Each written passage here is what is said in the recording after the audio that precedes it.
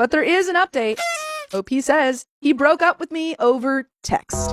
I feel so heartbroken. I thought I meant more to him, but I agree with most comments that he was not a good influence. Yeah. But I think we have some questions from our audience for you. So this comes from Does It Really Matter, who says, when I was a child, around 10 years old, my parents already didn't have a good relationship. They were basically at each other's throats every day. And because of that, every evening spent with them at home was filled with immense anxiety for me. I hated that the two most important people in my life couldn't stand each other. At one point, things escalated so badly that my dad announced he was leaving. He was moving out. I'll never forget sitting on the couch, my mom and I kneeling in front of him, both of us crying and begging him not to go.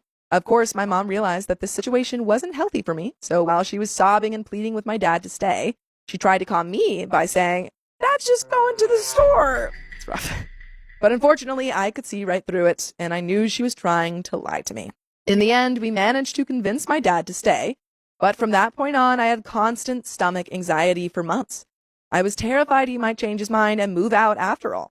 I remember it clearly as if it happened yesterday.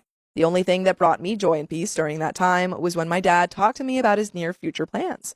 Nothing major, just things like, "I'll mow the lawn tomorrow. Next week I'm going here. Or this weekend I'll clean the pond." It didn't matter what it was. What mattered to me as a child was that as long as these plans existed and were scheduled, he couldn't possibly leave. How could he move out if he had things to do?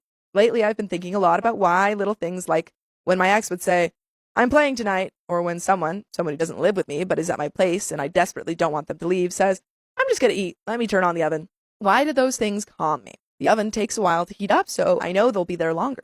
In moments like these, I feel my soul settle and the constant anxiety eases for a while. But now I see that this trait of mine comes from a childhood, what I experienced as a trauma, that I probably couldn't properly process at the time because I didn't even have the chance to. And so it's been haunting me ever since.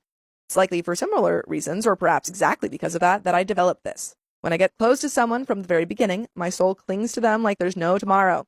I live in a constant state of anxiety, terrified of when that person will leave me. Whenever they don't speak to me in the usual tone, my mind spirals into the worst case scenarios. I can't think of anything else except that they hate me now. It's going to end soon, and they'll throw me away. I'm incapable of calming myself down, and I feel like it's hurting me from the inside.